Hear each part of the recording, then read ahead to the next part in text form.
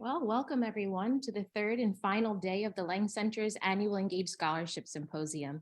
My name is Ashley Henry, Assistant Director of the Lang Center at Swarthmore College, and I'm pleased to introduce another panel of practitioners who are spearheading engaged scholarship work both regionally and nationally in some truly innovative ways. The theme of today's session, Innovations in Engaged Scholarship, features member institutions from the Engagement Scholarship Consortium, who will highlight how their approaches to engaged scholarship have yielded very positive outcomes, as well as share their key learnings and best practices for those of us doing engaged scholarship work on our own campuses. The Engagement Scholarship Consortium, or ESC for short, is a nonprofit educational organization that connects colleges and universities across the nation who are interested in truly enhancing their capacity to do engaged scholarship work through collaboration. Lori Van Eggeren of Michigan State University is the ESC president, and Daniela Susnara of University of Alabama, along with Ben Berger of Swarthmore College, is co-chair of the scholarship committee. ESC is built on the premise that we do more together in this arena of engaged scholarship work than we can do on our own. And so as an active member of ESC since 2020, Swarthmore College has greatly benefited from the knowledge and research that has been co-generated and exchanged within this network, examples of which you'll hear in the presentations to follow. So if you're interested in learning more about ESC's goals and how to become a member, you can find more information in the chat.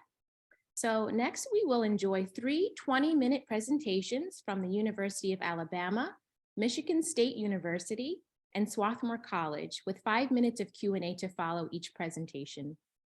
We kindly request that you use the Q&A feature to ask your questions, and I will be sure to raise those questions to our panelists at the conclusion of their presentations.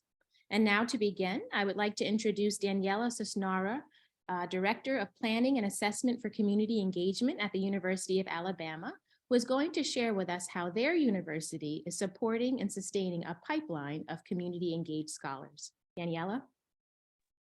Great, thank you so much, Ashley. I'm going to get my screens pulled up here, but like Ashley mentioned, my name is Daniela Susnara, and I am here from the University of Alabama, where I work in our Division of Community Affairs. And like she mentioned, my title is the Director of Planning and Assessment for Community Engagement. So with my role, I get to do a lot of work within our division, but then I also get to work with different colleges, departments, and different faculty, staff, and students from across campus, and sharing what is community engagement, what is community engaged scholarship, and how can we work on those things together. So that is what I'm going to share a little bit about today. I'm going to be highlighting two programs that we house here in the Division of Community Affairs. Dr. Drew Pearl leads both of these, and I help lead in the Emerging Community Engagement Scholars. And Dr. Megan Bailey from our Honors College helps lead our Community Engaged Learning Fellows with us. So both of these programs are really tailored for graduate students, master's and doctoral students, new faculty, and even sometimes existing faculty who are interested in learning more about community engaged learning and implementing that in their classes. So we do focus on the tenets of community engagement and make sure that we're grounding these programs in theory. Something that we found is, while different people on campus might be interested in incorporating more community engaged scholarship or community engaged learning in their work, they might not know where to start. So we think in order to support the pipeline of community engaged scholars moving forward, it's important for us as the division to educate our potential scholars on what is community engagement. So we do start with both of those at the foundation. From there, the programs go a little differently. So the Emerging Community Engagement Scholars is really project-based. So our students or our new faculty come in with an idea of a community-based project that they are interested in implementing that solves or closes a gap in typically an Alabama community. Sometimes they do take place outside of the state, but from there, we work through the different tenets of community engaged scholarship and talk about how can those be incorporated into those projects, how can we use community engagement to make those projects more effective. And then the Community Engaged Learning Fellows is a little different in that we are working with faculty who are implementing courses that community engaged learning does take place in. So they are course driven. There are students involved within those courses, but it is more so helping the faculty members develop those courses and making sure that there are meaningful experiences for the students where best practices for community-based partnerships are taking place with our partners. We also go into talking about tenure and assessment and what does community engagement mean within those contexts, because we want to make sure that our faculty, our staff, our students are getting credit for the work that they're doing, and that work is just as significant as any other research taking place on campus. They do develop the pipeline in a number of different ways. And so when we think about the Community Engaged Scholarship Pipeline, we are thinking about the number of scholars, the number of researchers, the number of staff, faculty who are contributing to this work, who are presenting, who are going out into the communities and sharing their information. But what we have found is, first and foremost, like I mentioned, as we provide that foundation, we are a source of information and education for our campus. We have a lot of different partners in these programs and outside of these programs who come and say, I'm having a hard time developing a relationship in this context. What are some things that we can do to facilitate that a little bit better? We talk about the importance of sustainability. We're not just jumping into these communities, doing a one-off, and then backing out in the night, never to be seen again. So how do we make sure that these relationships are developed and trust is developed and then it's continued? We also provide resources in both of these programs that assist the participants in not just designing, but ultimately implementing these projects. So we want them to have a practical use for the education and the knowledge and the conversations that we're having. So whether it be, going out into a community and maybe we had one student who was working on doula care. We have had students working on sewage issues.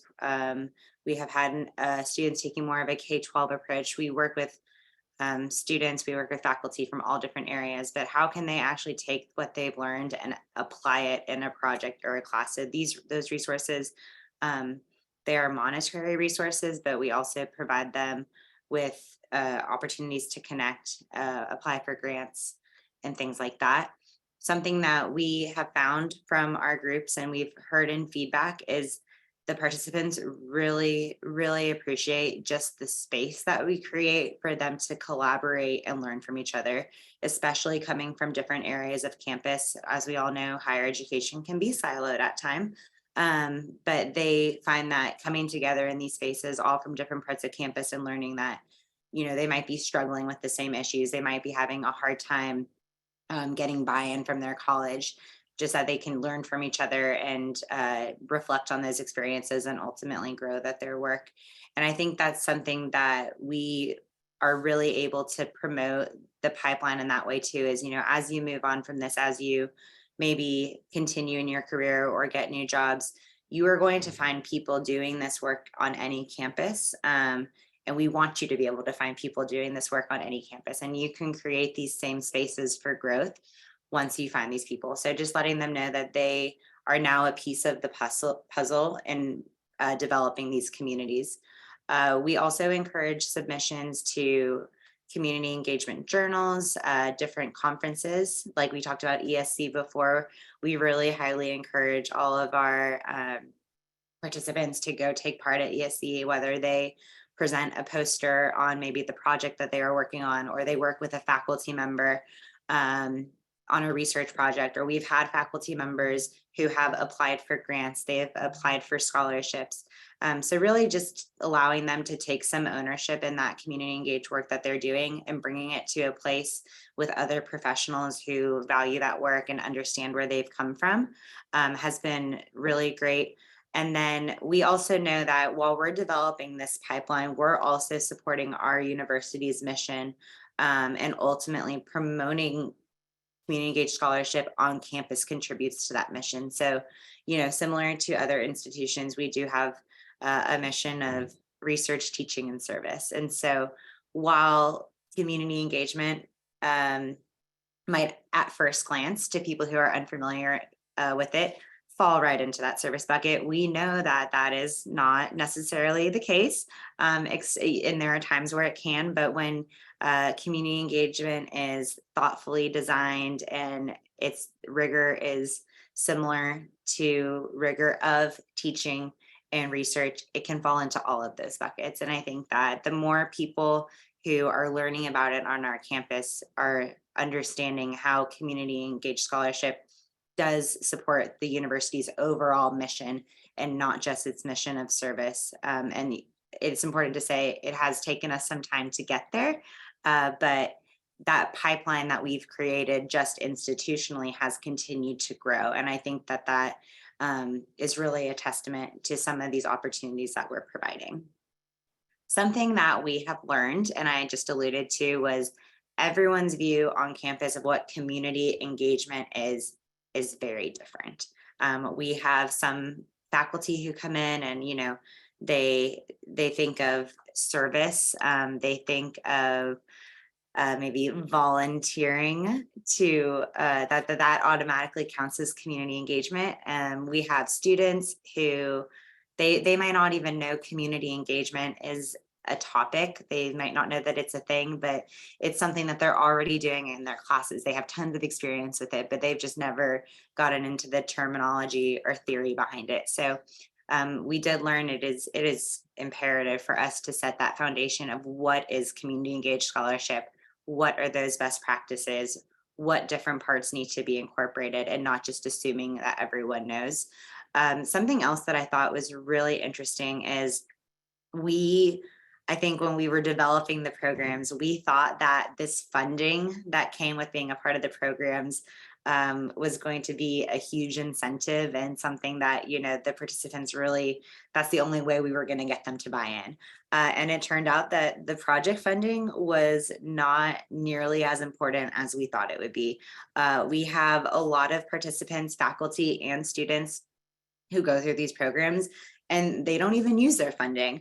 What they thought was particularly impactful was the relationships and conversation and experiences that they got out of these programs. There were some who said, and the funding and being able to implement this project was great, but we were surprised that that was like the number one takeaway. And then, like I mentioned, that the participants really valued the collaborative, engaging parts of the sessions far more than we expected. We really thought that the project funding was going to be the big winner. Something that we have started to do in a way that we're continuing to move forward is our incorporation of guest speakers from on and off campus. So for example, we have Dr. Doberneck with us, and she came to campus, she came to UA, and she spoke with these different groups. And I think when we're talking about building a pipeline, it is important for different faculty, new and existing, for our graduate students to really see the scope of community engaged scholarship, for them to see, like, we're talking about this on our campus and we're talking about it pretty seriously, but we're not the only ones doing this. There is definitely some validity in what we're saying, and we have these other professionals who are experts to testament to that. So that is something that we are trying to do more frequently and incorporate. Our first year, we had a few guest speakers from on campus, and then this past year, we really brought on a lot more speakers from off campus, and the feedback that we got from our students on those guest speakers and from our faculty was incredible. A lot of them talked about how valuable that information was, and it was just they were very appreciative to hear those from other lenses and from other institutions, hearing that they're going about things in similar ways or slightly different ways, and it just really fueled those conversations. Something we are also trying to establish and that we have been collaborating on is our campus community as a whole just needs a place for resources that are accessible for everyone. And so we have toyed around with the idea of some sort of database or virtual library where we can store these sessions, or we can store information from our speakers. We can store some really foundational, maybe journal articles, books, things like that, where if you need to go back and touch up on something, or if, for example, you're going to work with a new partner who might not be as familiar with community engagement, you can lend them some of those resources there. So that is something that we are trying to do. And then last, our campus is taking a look at our core curriculum and making some moves to require experiential learning of our undergrad students. And so this is really going to impact how community engaged teaching is looked at, because I think that a lot of our experiential learning for field experiences, internships, co-ops, there is going to be a huge opportunity for faculty who might not be using community engaged teaching to be able to start doing so. And so we are trying to wrap our mind around ways that we can offer more of these services, and how once this experiential learning requirement comes out, how these new faculty or new professors, new instructors can contribute to that pipeline that we're building on campus in community engaged scholarship. And last, when I think of, replicability and what that looks like to recreate something, I immediately think of, triage. So most people, they're like, how can I get this going? How can I get this up and running as quick as possible? And so I kind of break it down in my mind is there's some immediate things, there's some urgent things, and then there are just some things that can wait. And so if you, just heard this whole presentation and you're like, yes, we need something like this. Our university would benefit from something like this. Our department would benefit from something like this.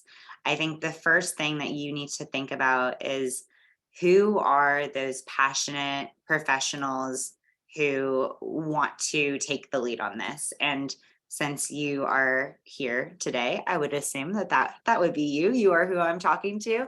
But beyond that, what faculty, what staff, what students do you have who also do this work, who are passionate about community engaged scholarship, whether it be community-based projects, whether it be community engaged learning.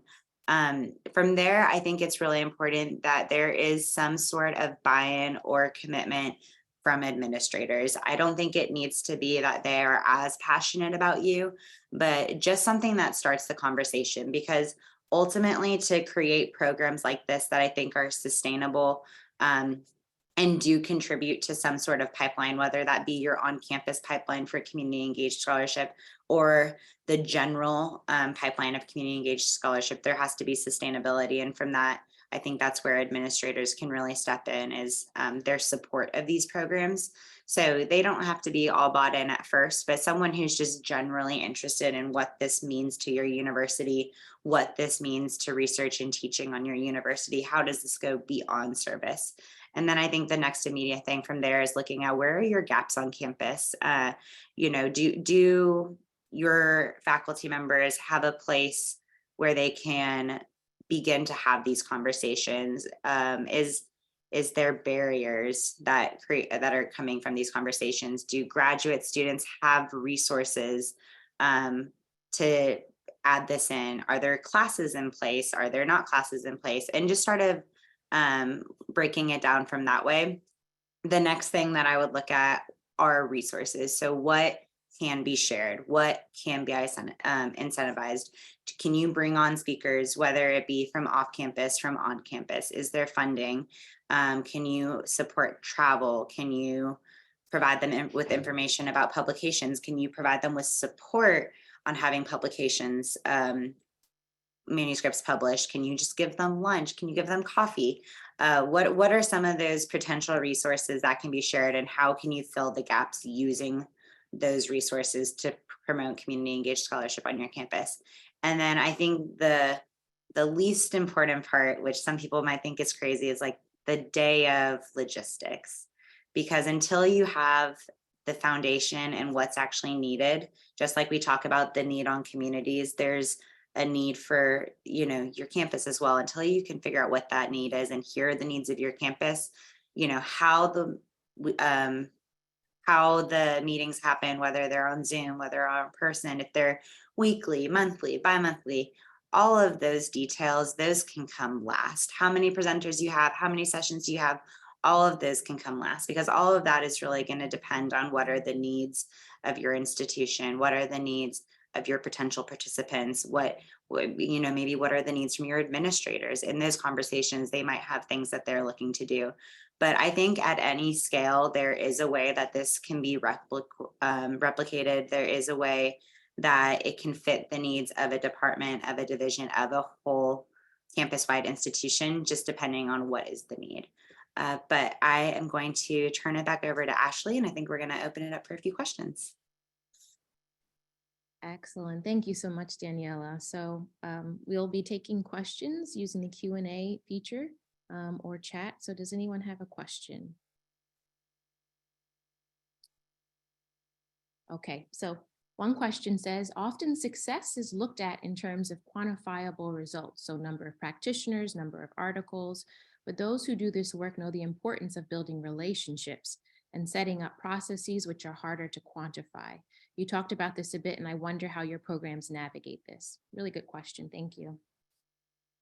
Thank you, Heather. That is a fantastic question. And it's also something that we've had to discuss because, as you know, in higher education, you need to assess and you need to evaluate and you need to know what your ROI is for everything that you do. And so we have talked about the importance of how are you assessing success and what does success look like for you? For some of our students, success is not necessarily associated with getting a publication or making a presentation. Sometimes success is quite literally creating that relationship with their partner. And so I think the way that we assess is per participant and where they are in the process. For some of our new faculty who already have courses in place, their success is going to look a lot different from one of our graduate students. So for example, for one of our faculty members who are going through the Community Engaged Learning Fellows program, their success might be, you know, they create a syllabus. Their syllabus is grounded in community engaged learning, and then they are using their student outcomes to identify success. So, you know, to what extent are my students receiving this work, this community engagement work that we're doing in this particular class setting? We don't always quantify it in the number of publications or number of presentations. And I think that's another important thing that we bring up when we talk about tenure, especially with our faculty, is how do we get this work to count and how do we demonstrate the rigor of this work? And so sometimes our partners help us with that as well. So, you know, what sort of grants are faculty helping partners apply for? What sort of research is coming out of these partnerships? But it's almost per participant, but we definitely do incorporate assessment and the importance of that and reflecting back on the program and the program success and how it can move forward with sustainability. Thank you so much, Daniela. So we do have another question for Daniela, as well as any of the other panelists, if they have relevant experience. Have you been surprised by any of the departments, academic divisions, or programs that have shown more interest than you might have originally anticipated? Maybe you're getting kind of a big kind of a swell of interest that you can't really keep up with. How has that been for Danielle or any of the other panelists? That is actually a really interesting question. And so something that we always try to look at as a division is, are we reaching all of the colleges? And so I think what we find is once one faculty member or a few faculty members in a college like catch wind of what we're doing, there's like a herd of them that follow. So like right now we have had huge buy-in from a lot of our anthropology professors on campus, which I definitely did not expect when we started, but we sort of had one buy-in and then the rest came with her and her students. Right now, we have had a really high concentration in our human and environmental sciences college. So we've worked a lot with some of the professors who do like sports management and concussion research. And they've almost paired up with the anthropology faculty, which is very cool. And then we've had a lot of social work professors and faculty and students. But I think what's really unique is like we get these surges, but then more often than not, they find ways to collaborate. And so we've seen projects expand that were not what they initially came in with at all. We see a really high number from our honors college, and our honors college works with so many other colleges on campus. So there's definitely some swells that we've seen, but I think it bounces based on who our current participants are. That's a really interesting question. Yeah, great question. And so we have time for maybe one more question, looking at how we assess impact. So the question is, how are you assessing impact of this type of work on faculty, students, and community partners? What does that look like at your institution, Daniela? Yes. So when we talk about assessment and when we do assessment, I think it's important to start with, we do mixed methods. So we don't only, count all the beans. I know that there are certain departments on this campus that they need the bean counters, and I make sure that we have those numbers when those are needed. But we also really think it's important to make sure that our faculty, our students, our community partners can share their stories and share their why, and share their perceptions on why the work that's happening is so important. So I think that there is a lot of qualitative research that is included in our assessments. Our general overview of assessment, we've looked at reach. So in what ways is this program reaching more counties, creating more partnerships where they are statewide, the number of students who might be becoming more involved or more experienced in these states. Alabama has a lot of rural counties, for those of you who are unfamiliar with Alabama. So we do have more out-of-state students on campus than in-state students by just a few percent, but getting our students out of Tuscaloosa and into these diverse communities is really important for us. So we do look at assessment in that way, as in, where are we bringing our students to, and how is that experiential learning, how is that changing those student outcomes? And then for faculty, we do look at grants, we do look at publications, we do look at presentations, but then also, like I mentioned, it also goes back to that qualitative assessment. So how did this shape their work? How did this foundation, how did this theory change their class structure, change their teaching, change their methodologies? Because more often than not, faculty members, they have best practices for methodology that they're doing. They have theories in place that they like to work with. And I think what they are surprised by and encouraged by is that community engaged scholarship can come alongside what they're already doing. And so just being able for them to share that, I think goes a long way. And then we also use, our assessment to tweak and change the program. So for example, from year 1 to year 2, when we started bringing our off-campus speakers, that was from feedback that we had received in year 1. That was from post interviews that we had done with faculty, is that they needed to hear more voices, even if what those voices were saying echoed some of the things that we'd shared. They really took value in that. Well, thank you everyone for your questions, and Daniela for your insightful responses. So next we'll transition to our next presenter, Diane Doberneck, Director for Faculty and Professional Development in the Office for Public Engagement and Scholarship at Michigan State University, who will speak to us about the generative tensions in professional development for community engagement. Diane?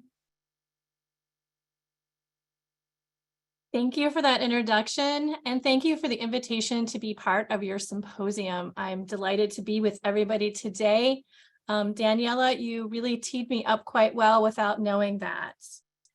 So let me get started. A little bit about me. My name is Diane Doberneck. I use she, her, and hers pronouns. And I wear many hats like most of you.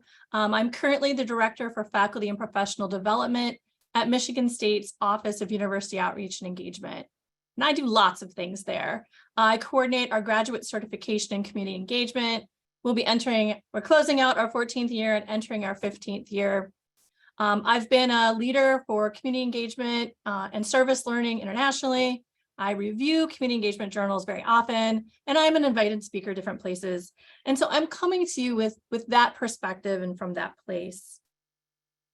What I'd like to do today is to talk to you about 3 different things, very briefly.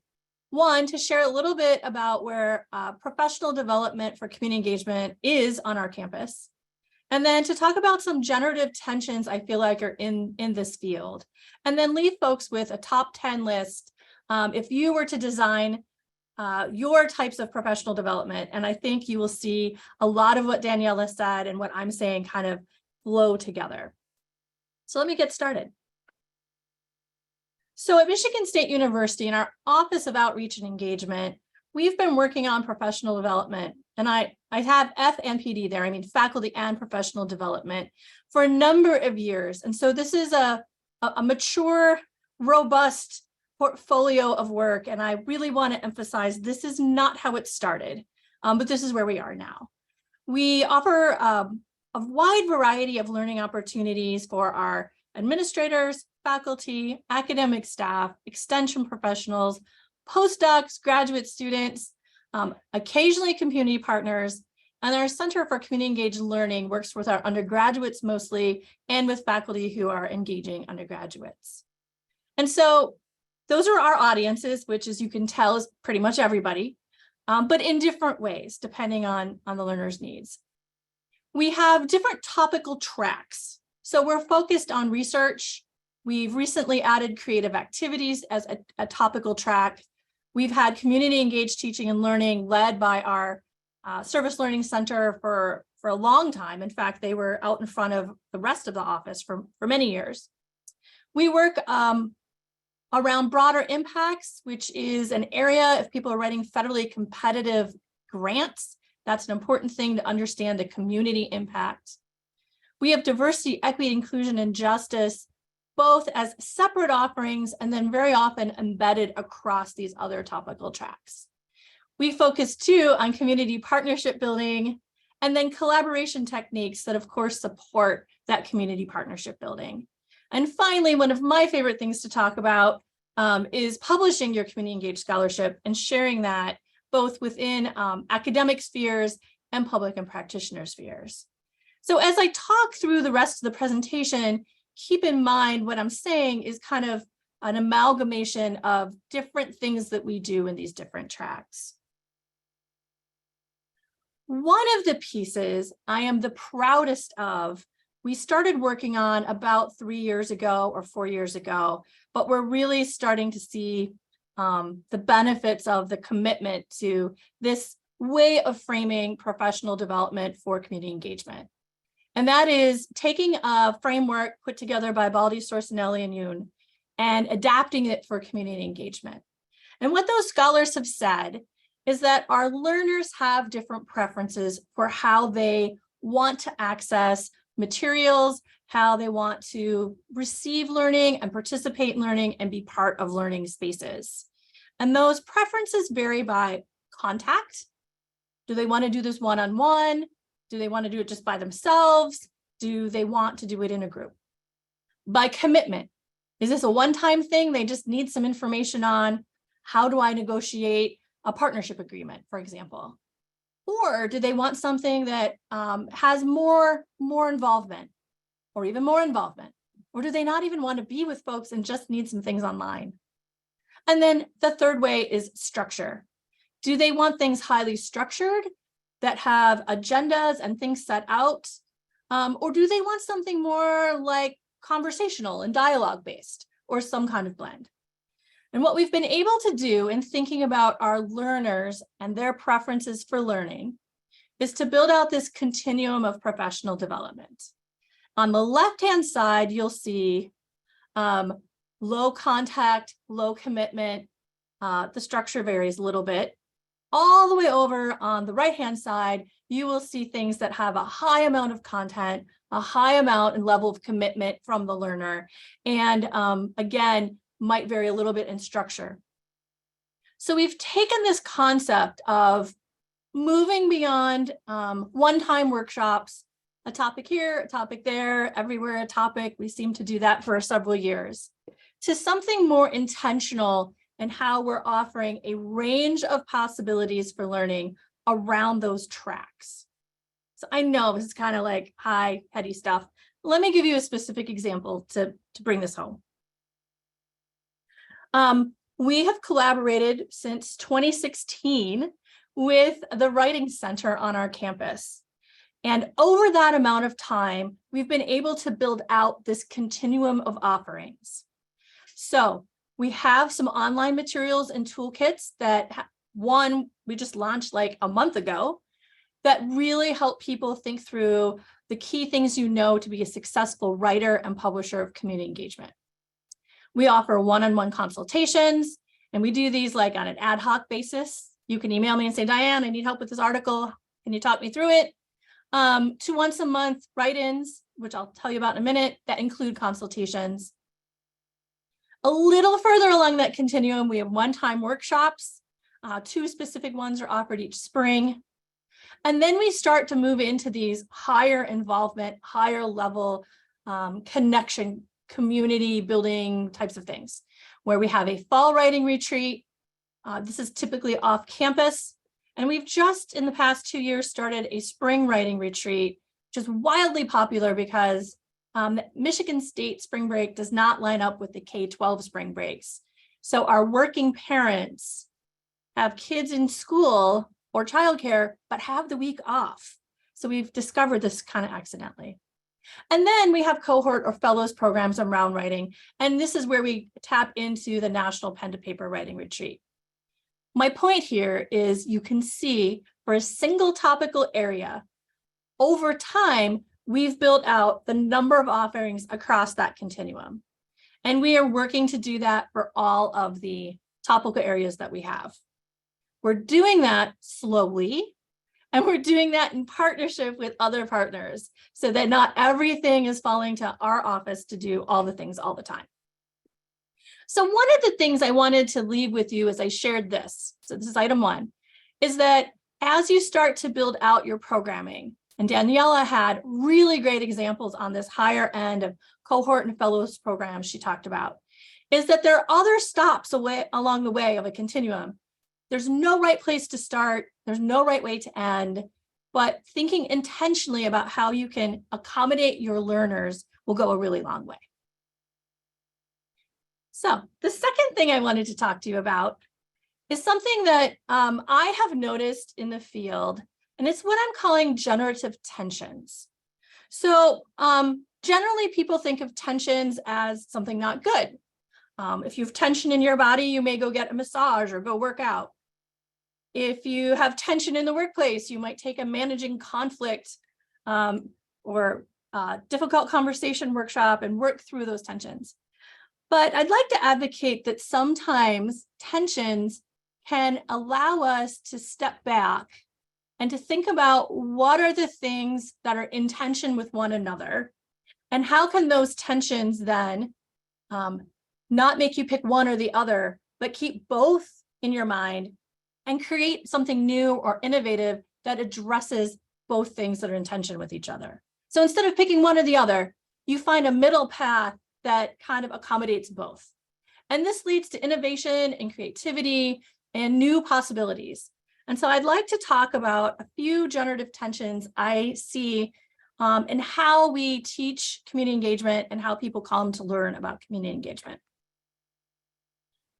So the first one is, how much are we basing our work in community engagement competencies, published frameworks, scholarship that has to do with community engagement, and in tension with how much are we being learner-centered and learner-driven?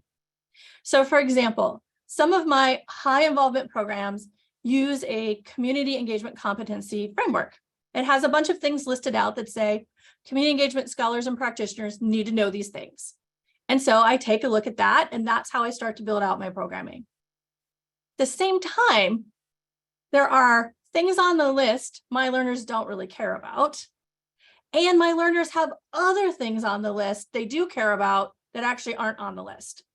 So how do we have our feet grounded in scholarship, not walk away from what we know are best practices, but at the same time, really think about where our learners are and what they want to do? That's a tension. Another tension, and I've been thinking about this a lot, I know many of you are too, and this is not a new thing, is that we really want, as leaders in the field, to amplify the voices of those who have not really had as much voice and room at the table to talk about their perspectives, experiences, and their scholarship. And so as I'm putting together professional development, I'm thinking about who are my guest speakers, who are my readers, who are the case studies I might use, and how might I make sure I have a broad set of voices. But at the same time, I don't want to be over asking the same speakers all of the time or burdening them with requests that might count as service or be a distraction from the other things they need to do. And so we've been going back and forth in my office about what is the respectful and ethical way to bring more voices in, but not have our invitation to be part of this be a problem. See, these are tensions. Here are a couple more. This I've been working on too for a number of years. Very often, our learners come into the learning space with a particular set of lenses or frames or motivations. Some of them are interested in making a difference with their science. Some are interested in giving back to a community they're part of. Some are interested in becoming better teachers, and they know with a community partner as a co-teacher, they will be better teachers. And some come with critiques of the institution as a whole, critiques of community engagement, and a very, very passionate social justice perspective. They're really important.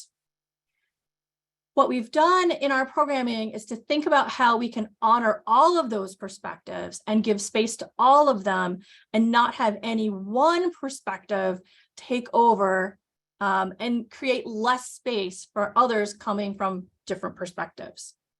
And it's tricky because I think sometimes our scholars who are most passionate about social justice issues say that middle road is actually part of the problem. So we're wrestling with this. Another tension, which I know you knew was coming, is how much we have our community partners involved in the curriculum design and planning and development. We want their perspectives. And we had a question in the chat earlier about how are you assessing what this looks like from a partner's perspective? At the same time, we're wondering the extent to which having the partners have to do our work at the university for us, have to tell us how to do a better job of what we're doing is an unfair ask. And so we think that through very carefully as well. A couple more tensions, just two more. A lot of my programming is very broadly based and broadly welcoming. You could be a faculty member, staff person, an extension professional, grad student, and everybody can come. We have a lot of things we like to share. I think it's really important to have mixed groups of people working together through our workshops and learning spaces, because very often when they're doing community engaged work, they're mixed groups of people doing it together. At the same time, I'm very well aware of the fact that academic staff have different promotion and review responsibilities and commitments. Our graduate students have different things they need to think about in terms of career path than, let's say, a faculty member does. And so there is a tension between being welcoming of everybody and at the same time, knowing that different roles or different groups have specific needs that are not like everybody else's. So we find ways to creatively kind of do both at the same time. And then another tension, very similarly, A lot of my program is opening, as Daniela's was, to people from a variety of backgrounds on campus. We're not running our programs for our health sciences faculty only, or our STEM faculty only, or our artists faculty only. We have it mixed up, which is fun. And as Daniela pointed out, can lead to innovative, interesting collaborations that didn't exist before. At the same time, there are specific disciplinary variations in what community engagement is like. There is different terminology, there are different partners, there are different accepted practices. And so again, we have to work, in my programming at least, to figure out how to be creative and address both of these things at the same time. So I want to leave you with not the idea that these tensions are bad, but actually like, a field of spring wildflowers. Well, these are probably midsummer wildflowers, but like a field of flowers, it's beautiful because there are lots of different ones happening and not one particular one. And I think being aware and mindful and reflective and inviting people into these generative tensions helps everybody kind of see a bigger picture and develop new possibilities for programming. A couple more things to share with you.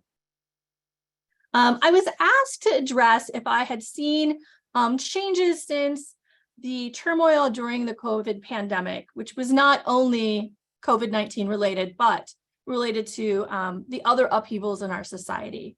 And I have seen some changes in what is working better or differently since that time.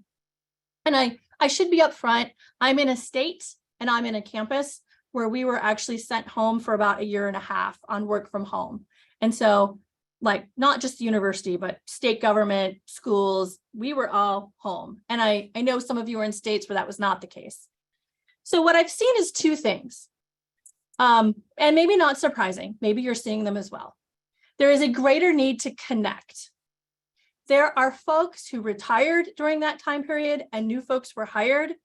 And I've done several cohort models where the new folks who were hired in have not actually ever met their work colleagues. They've been here 1 year, 1.5 years. This is like their first time in person. And so the need for human connection, the need to build in networking time ahead of events. We start at 9, but please feel free to come at 8:30. We'll have refreshments and mingle. Making sure lunch is long enough. Making sure when we start in small groups or tables, we say, please introduce yourselves, and to really focus on some of those connections has been more important in my practice the past year or so. And it's still important. That actually hasn't gone away. And then the other thing I would say is the need to be very flexible. I know that my university is trying to figure out now how much is too flexible and not flexible enough. And I think folks have gotten used to that flexibility. So we are being more intentional in my office about start times and end times. We're making online toolkits for that one end of the continuum. I know when we were introduced today as speakers, the idea that the videos would be available afterwards, we're working on that. And then we're working on extending grace to those who are continuing to juggle responsibilities. I am seeing people sign up, but then not come. Others on our campus are too. And so finding a way to think about what the numbers mean. And so I just have a couple other things to share with you, and I'll go through quickly. As you think about putting together programming, who are your audiences? Who are they? Think very specifically about that. What are their learning interests? And how can you ask them what they'd like to learn instead of accidentally making assumptions that might not fit? Are you using a competency model? Are you modifying it? How thoughtful should you be about that? Think it through and get that feedback. Ask your partners to be involved and make sure you're doing it in meaningful, beneficial ways to them that are not burdensome. Similarly, are there faculty members or academic staff that can contribute their expertise and perspectives? And as you bring in the voices of people who are typically left behind, are you being very careful and talking with them to have them guide you on what is meaningful, authentic, not performative or burdensome. Are you using adult learning theory? Is there active learning? Are you thinking about theory to practice and reflection? Are you partnering with people on and off your campus?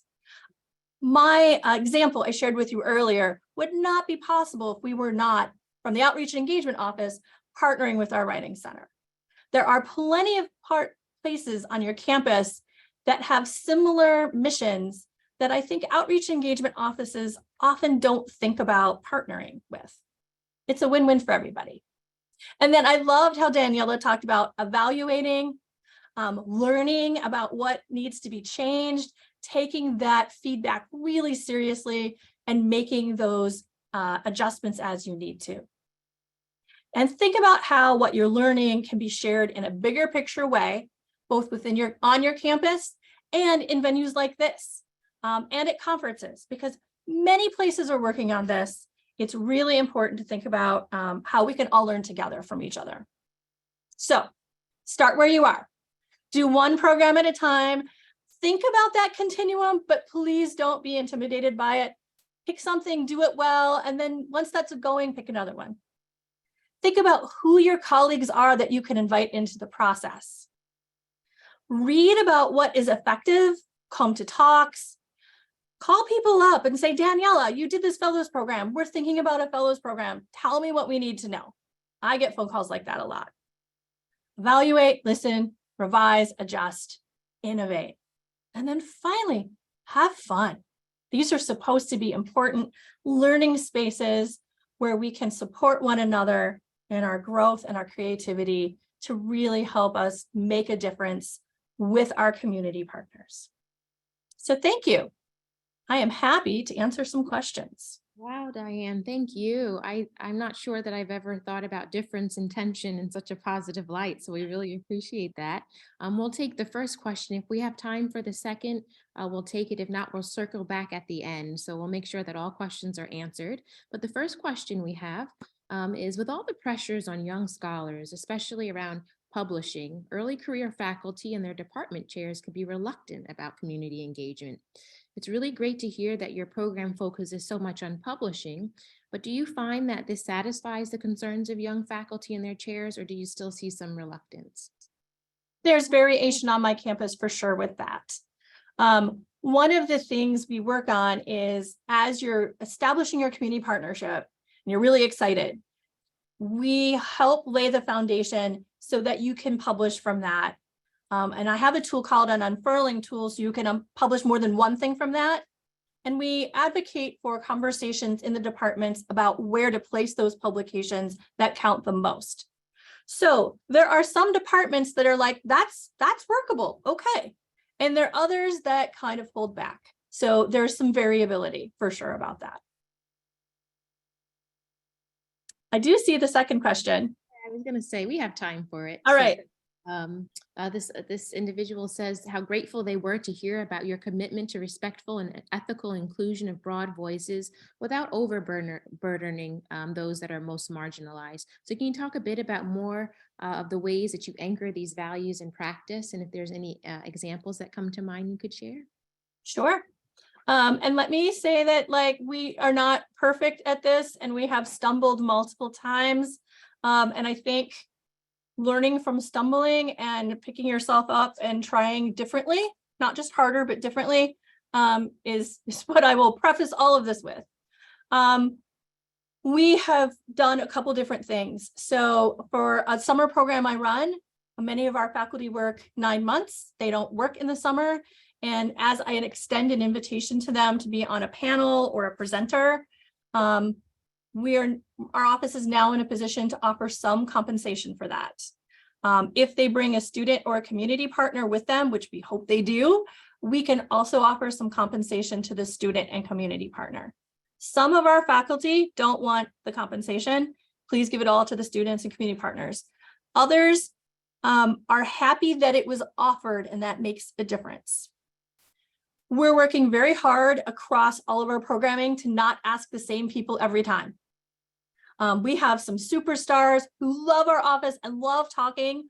but we don't want to over ask them. So that's another thing where we're strategizing across different offerings. Who else could we ask?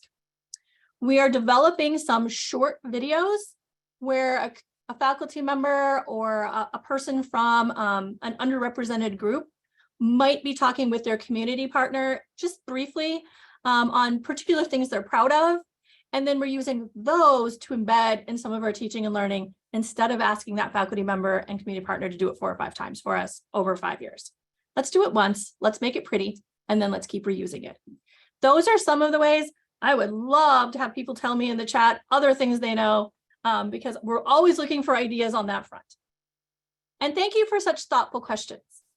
Thank you, Diane. So now we've come to our final presentation of this session, if you can believe it or not, where we'll hear from Ron Tarver and Jody Joyner, professors of art at Swarthmore College, and Brandon Ritter of the Farmer John and Friends Foundation Fund, who will talk to us about a very innovative campus community partnership project, House of the Living. Presenters, you have our attention. Okay. All right, let me share my screen here.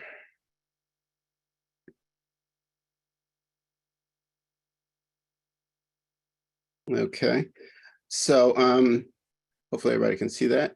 So first of all, I want to thank the Lang Center at Swarthmore for and Katie Price's genius idea to create the first Engage Humanities Studio Grant that supports studio practices, and which was the initial funding for our project. So I'll tell you a little bit about what House of the Living is. It's House of the Living. It's a 1,400 square foot greenhouse with portraits of gun violence victims etched in the plexiglass, with the idea that the warming rays of the sun will filter through the portraits and nurture the plants inside. That's just the basic idea. The name was inspired from Octavia Butler's book, House of the Living, her book, Parable of the Sower, and in it, the book House of the Living from Earth Seeds. The greenhouse is located in Elkins Park, a few blocks north of Philadelphia in Cheltenham Township. So how the idea came was a walk with my dog Winston, and that we lived just around the corner from the greenhouse, from the property, and we walked by there every day, or practically every day. We were just over there just a few hours ago, actually. But I would walk past this greenhouse and give you an idea of what it looked like. Oh, we don't have the, oh, there it is. This is what it looked like before. It was all overgrown. Just, there was, it was completely overgrown. I guess that's the best way to explain it. But this idea came to me that to do this, to etch the panels with the gun violence victims. I didn't have any support. I didn't have any resources. All I had was the idea. This was about a couple of years ago. And then I noticed that the greenhouse was slowly starting to get cleaned up. And as luck would have it, Brandon walked out of the greenhouse one day, and I told him about the idea, and he was all on board with it. And then I went to Jody and asked her if she would please come on board, because she would be the perfect person for this, to lead the idea about how do you do this in a 3-dimensional way, working with her students. I was on sabbatical, so I didn't really have any classes that I could approach and work with the greenhouse. But Jody's was had a class that was they were looking at monuments in the city, and so it was just the perfect combination, I think, between to have her come on board and to really nurture this project through. And she's been amazing with the work she's been doing with her students, and we'll show you some of the work that she's been doing with them. So that's kind of the nutshell of how the project got started. I'll let me show you one more slide. I think we're a little bit out of whack here. There we go. So this is what the greenhouse looks like now. We have enough funding to do some of the panels. We're going to work on the major install next week, and Jody can tell you more about that. But let me let Brandon talk about his organization, Farmer Jawn. Hey, thank you, Ron, for sharing that. Can everyone hear me? Yeah. Okay. Good. All right. So, yeah, Farmer Jawn is an organization started by Krista Barfield, CEO of Farmer Jawn, and also the Farmer Jawn nonprofit, Farmer Jawn and Friends Foundation Fund. It started out of her house maybe 5 years ago. She did a visit to Martinique and was inspired by some farmers who looked like her, who were Black and brown farmers. They had been farming for generations, basically, to sustain themselves and their family. And upon coming back, she was looking for that type of access that she had experienced back at home. The city of Philadelphia has been growing urban agriculture industry, but unfortunately, here up in the northwest of the city of Philadelphia, I guess she didn't really see that offering, as well as the offering of someone to teach her how to do that. So that being said, she started, I guess, YouTubing and just finding other sources of inspiration, volunteering where she could, and basically one day just started this company. She quit her jobs, but right before she had visited that country and really didn't have any plans, but basically was just tired of her industry. She was in healthcare administration. And so really she looks at this new organization as a way to reincarnate her past professional career in healthcare administration by providing healthy access to produce to all types of communities, not just those who can afford. So that being said, on the nonprofit side, we started maybe in 2022. I had joined on board in January, and as Ron would have it, he was walking by one day. It probably had only been like a month or two that I had started joining Krista in her endeavors. And we were working with, and still are working with, an organization called Power Corps, who was coming just about every week. And one of their first projects was to help us clear out that greenhouse there. It had been completely overgrown. We understand that someone had not been using that greenhouse for over 10 years. So, we just jumped in it and got going. So, but yeah, if I had more time to share more about Farmer Jawn, I will. Basically, just to give you a nutshell of what we do, there's a for-profit CSA, and that is basically supplying about 200 families right now. I'm on the nonprofit side. I'm the chief operating officer, so I basically am helping to build up the organization, but also to start launching some pilot programs. So this greenhouse is vitally important for us to do that as we start to have school-age children come to visit the farm to get unique farm opportunities and experiences with their hands in the dirt and seeing things grow. And then, the other two programs that we have is one to establish a corner joint. Basically, that's a healthier corner store. The first one is opening in Kensington in September. And then the other last piece of this is that we are in our second year. Last year was our first pilot program for our agripreneur cohort. So as I mentioned before, Krista was really looking for some type of educational access to learn how to start farming, and nothing really exists out there. There's a program on the West Coast, but we're hoping to not only develop the skills with folks to teach them how to farm, but also give them access to resources post their endeavors with us and their education with us. So there might be some type of grants or some type of further employment with us or internship with us on a bigger piece of land that we have out in Westchester. This site here in Alkins is actually, we leased 1 acre. It's a 55 acre complex that is being redeveloped by Landmark. That's where our greenhouse is here. And then we also, Farmer Jawn just acquired a 123 acre farm out in Westchester as well. So yeah, that's basically the gist of it all. And then here you can see, this is the 1 acre I was talking about. Back where you see the center of peace, if you actually look right past that building on your left-hand side up in that corner, that's where our greenhouse is actually located. And I failed to mention something. So as Ron was, I guess that was what, like March of last year or something like that, Ron. Yeah. Unfortunately, we had a storm back in like November of last year, and you can see all those trees around that little greenhouse there. So what happened was we had a tree fall down and basically shattered, I'd say about 80 or 85% of the roof panels.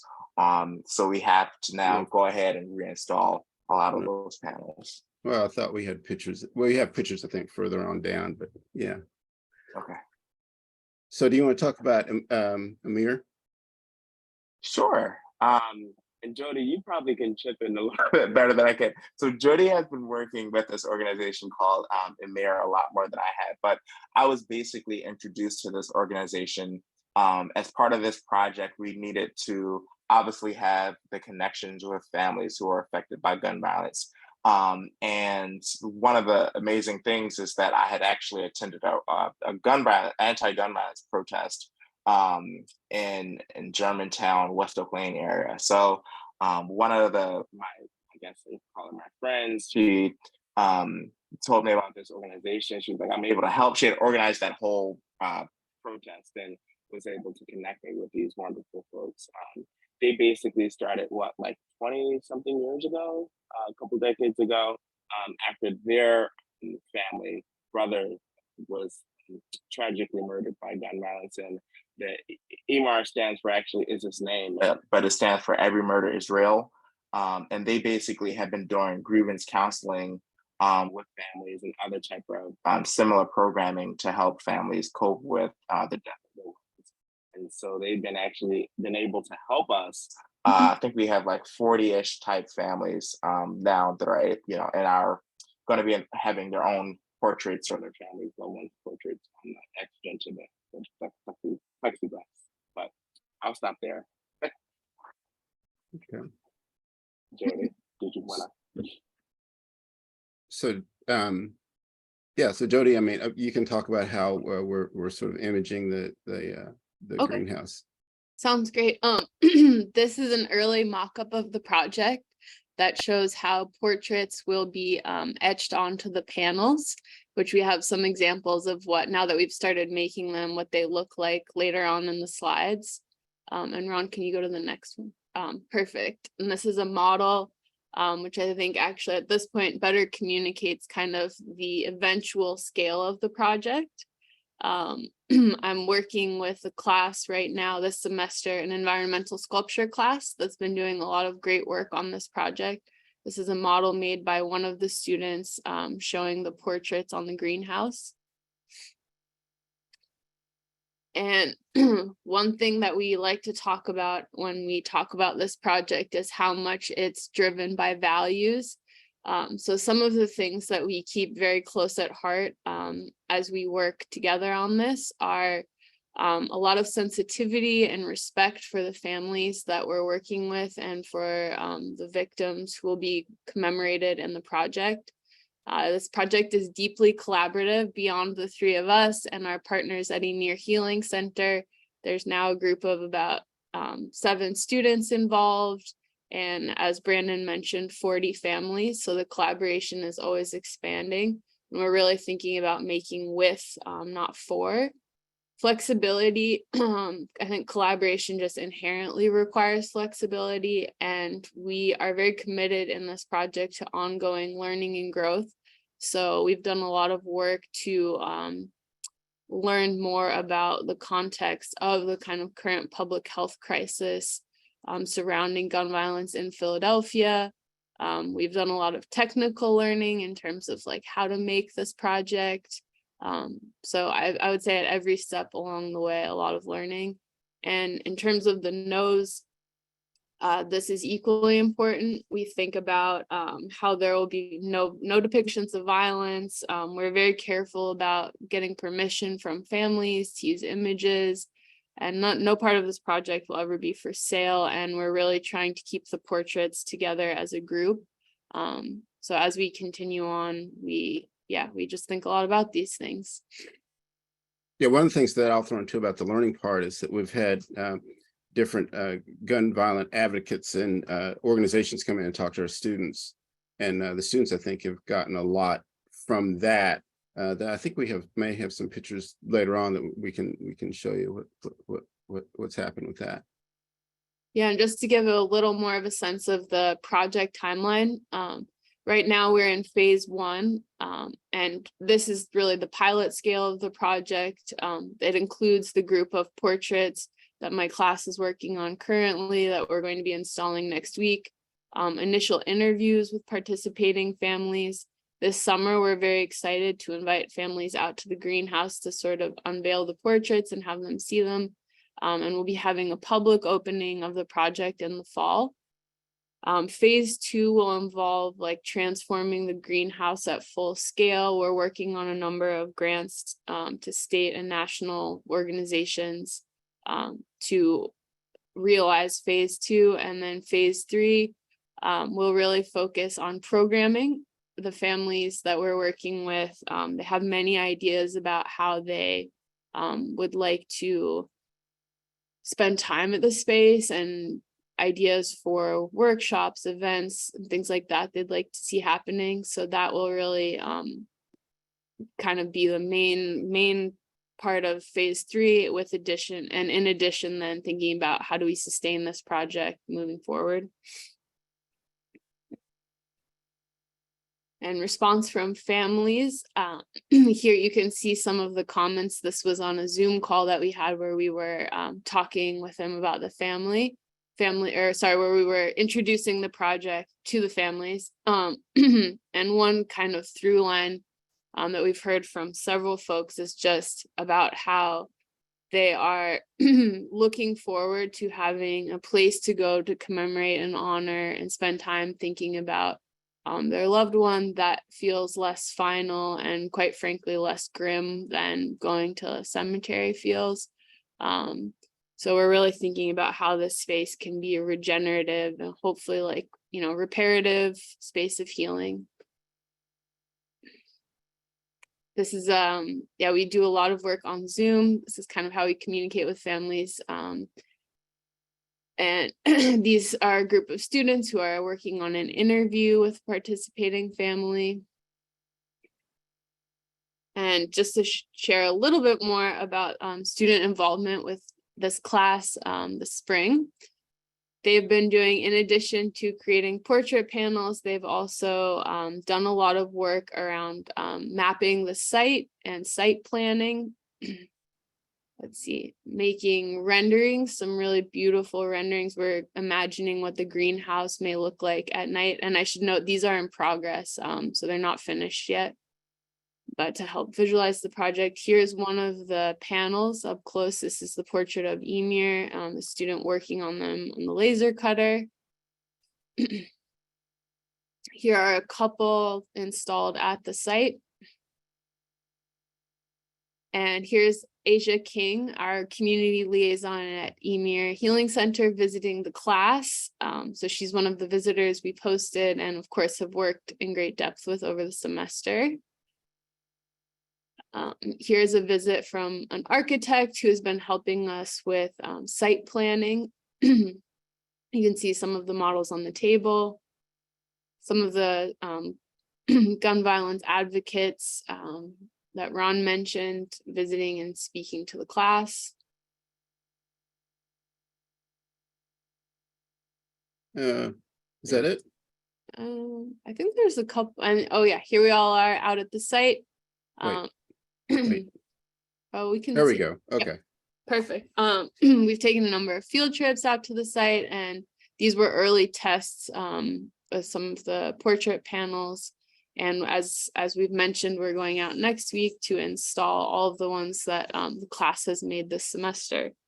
So it's been really just like a wonderful experience, not only to work with colleagues Ron and Brandon on this project, but to also see the students become so engaged. We have 3 students who are continuing on as research assistants this summer, and almost the entire class has asked me, even the ones who aren't working on the project this summer, about opportunities in the fall. So that's just, I think, the kind of range of student involvement we could have in the coming years in this project is also, very, it's gratifying and great to see as this develops. think that's it, right? Yeah. Okay. So I'll stop sharing here. Are we ready for some questions? Does that sound about right? Yeah. Okay, super. So we do have our first question that says, with humanities enrollments under a lot of pressure, it's exciting to hear about innovations that can increase student interest. Do you talk with students about what the humanities and arts bring to community engagement that's different from what the social sciences might bring? Is it a teaching opportunity for arts and humanities methodologies? And so any one of you or all of you could answer that. Well, Jody, like I said, since I've been on sabbatical, I haven't had a chance really to spend a lot of time with students, but I can see just from my standpoint, moving forward, I would like to have that be a part of the discussion in my classes. It's from a photographic point of view. How can you use photography to sort of engage some of these ideas from the in a humanistic point of view, from maybe just the principles of of photography, to how do you use photography in a socially engaged way. But Jody, you can probably Yeah, speak to I think definitely so far feedback from students in this specific course has been kind of overwhelmingly just that they seem to be really grateful to have the opportunity to work on a project that is happening in real time and that has immediate impact. Asia King of Emir Healing Center, I think her visit to campus was really important because she kind of helped connect the dots for the students and said, like, in participating in this project, you are really being a part of violence prevention. And you're doing something that is really going to matter to all, like, the families who we work with. That was amazing to see. So I would say, yeah, definitely. I think they are all excited about, like, getting to not only install panels at the farm, come to the opening in the fall.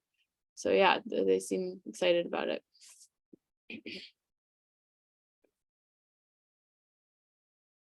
Thank you for that. So our next question is directed towards Brandon. Brandon, does this kind of work bring any special challenges to you as a community organization? I'm sure that it enhances some of your work, but do you have advice for other community organizations about challenges they might expect to face when working with colleges and universities? Great question. Yeah, that is a great question. That actually has been a question maybe like it's circling a lot more in like in the last 2 to 3 years. Actually, this I was on another panel a couple months ago, and they were asking this question as well. I think Farmer Jawn is unique in that we actually do collaborate with a lot of different universities. We actually, just to list some of them, we collaborate a lot with Drexel and Haverford as well. And so, obviously Swarthmore is a sister college to Haverford, but I think the challenges are just inherent in that, like I think Jody was saying before, collaboration, keeping in contact and communication, making sure that everyone is on the same page.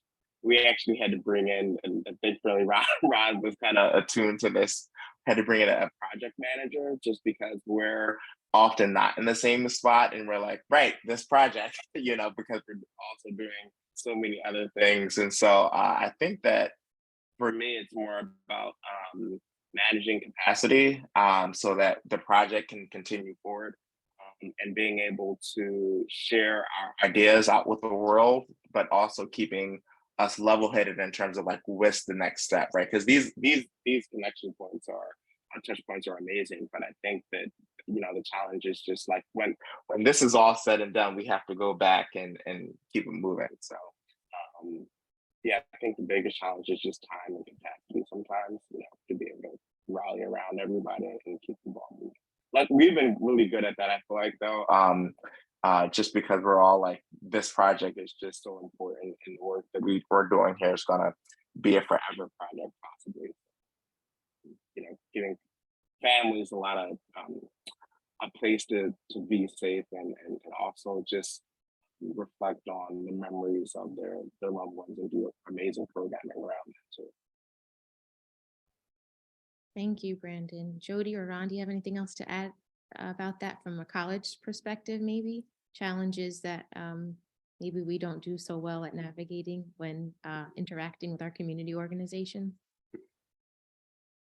Well, I mean, I think what Brendan said, it really helped for us to bring in someone who serves as a project manager just to balance everything, because it is a little overwhelming.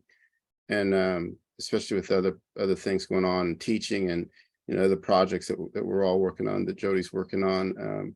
So yeah, that helps. It's, you know, this is all learned. This is kind of a one, I don't know of anything like this before, because not only is it involving an art practice, but it's also involving agriculture. And, you know, how do you separate the difference between the agriculture and the art project? And, you know, so we're all just juggling all these balls and hoping they stay in the air. And like Brandon said, this is going to be a long-term project. I mean, you know, when this idea came to me, I thought, oh, well, you know, this would be something we can do, and, you know, we'll get it done, and it'll be, you know, this big, happy moment. But now I'm realizing this is going to be a long term. It's a lifetime project. I mean, this is something that, you know, we owe the families this. And after the Zoom calls and what the responses we got back from the Zoom, from the responses we got back from the families, this is super important to them. And it's not just about the project anymore. It's about the families. It's about what the families want. We keep that up front and up in center. So, you know, I think as long as we do that and just keep that forward facing, I think we'll be okay. And Jody, you can. Yeah, I don't think I have too much to add, but I actually do have one more thought about the prior question about the humanities. And I think maybe because we talk about it so often with our students, I sort of overlooked mentioning it here. But one thing we emphasize in this project is sort of like the possibility for art to bring out the real human dimension of what is like a real, you know, social and political kind of crisis. And I think that the students are very in touch with that. They really see the potential for this to be a very affective space where, you know, these kind of tragic events will be felt and held in a very different way. And in which like families' truths are really honored. And so I think that also has been helpful in like bringing them into the project in a way where they feel the impact of it. Well, thank you so much. So we do have a few minutes to take some additional questions from the audience for any of our panelists. So if there's something that maybe has come to mind from earlier presentations, do feel free to pose those questions now in the chat. I'm wondering, we did have something that wasn't answered live that Diane, you responded to. I'm wondering if you could expound upon it a little bit. The question was thinking about growth of engagement on campuses and, you know, looking at Michigan State University and how engagement has grown. Are there things that other campuses can consider as we try our best to grow our focus on engagement? And you mentioned a comment, but wondering if maybe you could share that with everyone. I'd be happy to. You know, Michigan State University's had a long time commitment to community engagement as an institution. Like many of you, we've had presidents and provosts that come and go, some a little more rapidly, more recently, but like there's a lot of turnover in our institutions. And so one of the things that I think about from an institutional perspective is that there are ebbs and flows, right? And I think I alluded to this a little bit earlier, that in some of our departments, publishing community engagement, great, no problem. Others, they're like a little more skeptical. 5 years ago, the skeptical department might have been like the one that was super excited. And so that there's this kind of ebb and flow and change. And that as a person working at the institution a long time, to remember that that's natural, that's okay, that you need to loop back around to places where maybe there have been leadership changes or changes in emphasis, and to continue to kind of reconnect, draw people in, invite people to show best practices. Like our last presentation was outstanding. And like, boy, if you were on my campus, I'd be asking you to share lots of examples. Mm-hmm. So I think it's just this dynamic nature that it's not a literal, a linear march forward. but it's more ebbs and flows, and that's to be expected and okay, and not to panic over that. That was the long way of what I said.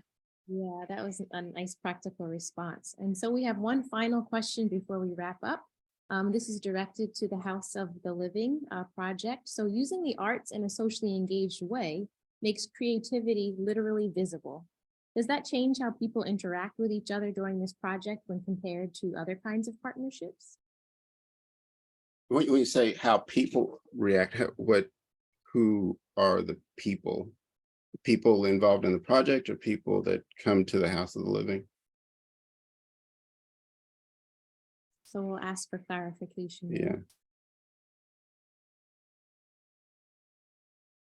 But maybe we can take both. Yeah. Those who work on the project and then those that are actually impacted by the work that you're doing. Do you have any thoughts about that? How does it change things when they can literally see the work that's happening? Mm-hmm. Well, I'll just say that, I mean, since I've, worked with the Lang Center and Katie on several projects, I am so grateful to have this studio grant, because this is the first time that a studio practice has been involved from a humanities point of view. It is so I'm so grateful to Katie for this idea, and for us to be the example, the inaugural example of this.